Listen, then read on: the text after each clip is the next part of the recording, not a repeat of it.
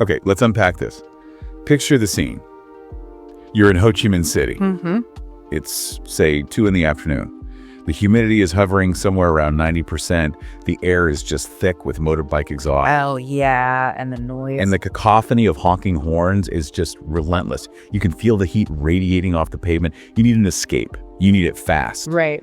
And for decades, for anyone in Saigon, the answer has been Vung Tau. It's the automatic reflex. It's that classic seaside retreat. It's so accessible, just a hydrofoil or a bus right away. Exactly. It's the easy button. It is breezy, familiar. You just go. But here's where it gets really interesting.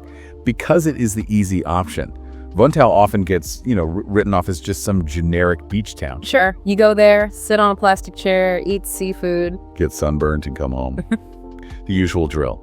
But if you look at the stack of sources we have today, and we've got everything from colonial architectural reports to some very gritty expat forum threads, Vung Tau isn't just a beach town. Not at all. It's a city of wild, fascinating contradictions. Contradiction is the perfect word. It really is. I mean, you have this deep colonial history rubbing shoulders with like neon-lit, almost Vegas-style nightlife. And solemn, incense-filled temples sitting literally next door to Greyhound racing track. Exactly. Okay. Like, it doesn't quite know if it wants to be a quiet fishing village or this high-octane tourist trap, so it just decided to be both. So our mission for this deep dive is to peel back those layers.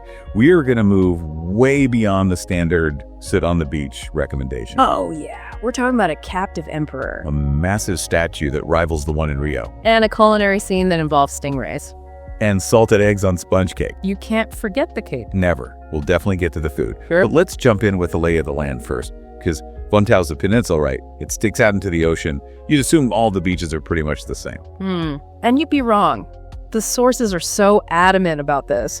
If you pick the wrong beach, you're going to have a very, very different experience. Okay, so this is a crucial distinction. It's got this dual nature. Front beach and back beach. And if you mix them up, you might end up staring at a boat hull instead of a wave.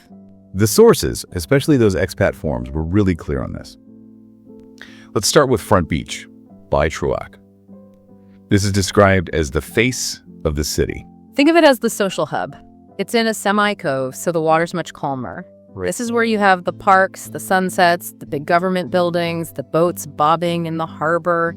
It feels more like a city that just happens to be on the water. Picturesque, then. Absolutely. But, and this is a huge but from the sources, you don't really want to swim there. Oh, really? I wouldn't. I mean, it's a working harbor. It's right by the population center, so the water quality isn't exactly pristine. Oh, okay. Yeah, one of the travel guides said it's really more for strolling along the promenade and watching the sun go down. It's a look, don't touch situation with the water. Right. So if you actually want to get in the water, build a sandcastle, that sort of thing, I need to head to the other side. You need Back Beach by South. That is your classic, long, straight stretch of open ocean.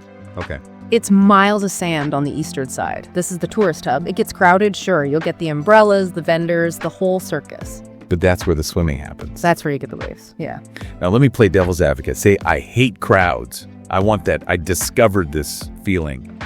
Did we find any hidden gems? We did. If you're willing to put in a little work, there's a spot called Bai Vong Nguyen. Moon Viewing Beach. Exactly. It sounds incredible, It does. but there's a catch. It's at the foot of the mountain, and it's not. Well, a taxi can't just drop you off. You have to trek down a path to get there.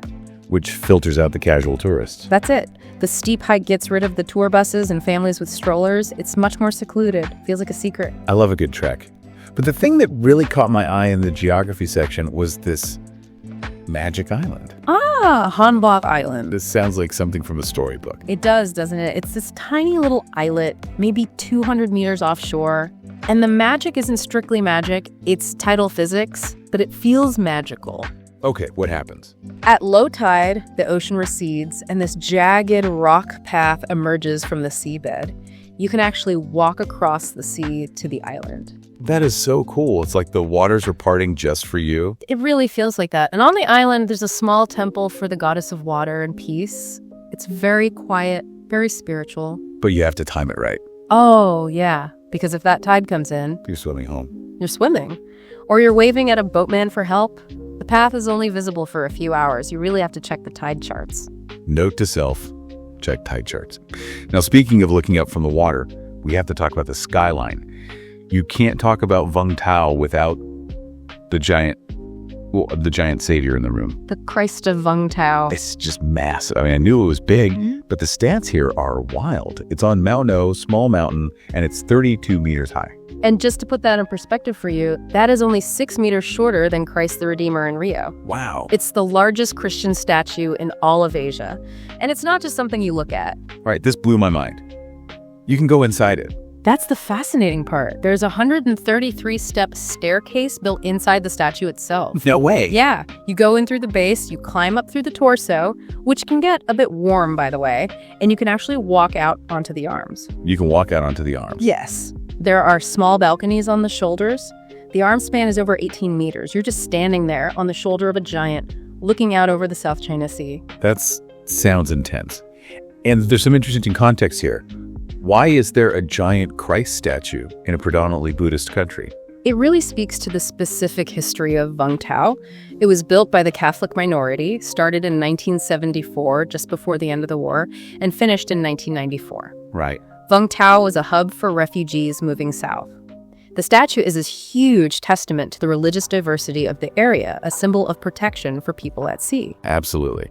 And nearby, on another mountaintop, there's another icon, the lighthouse. Haidang, one of the oldest in Southeast Asia, built by the French back in 1862.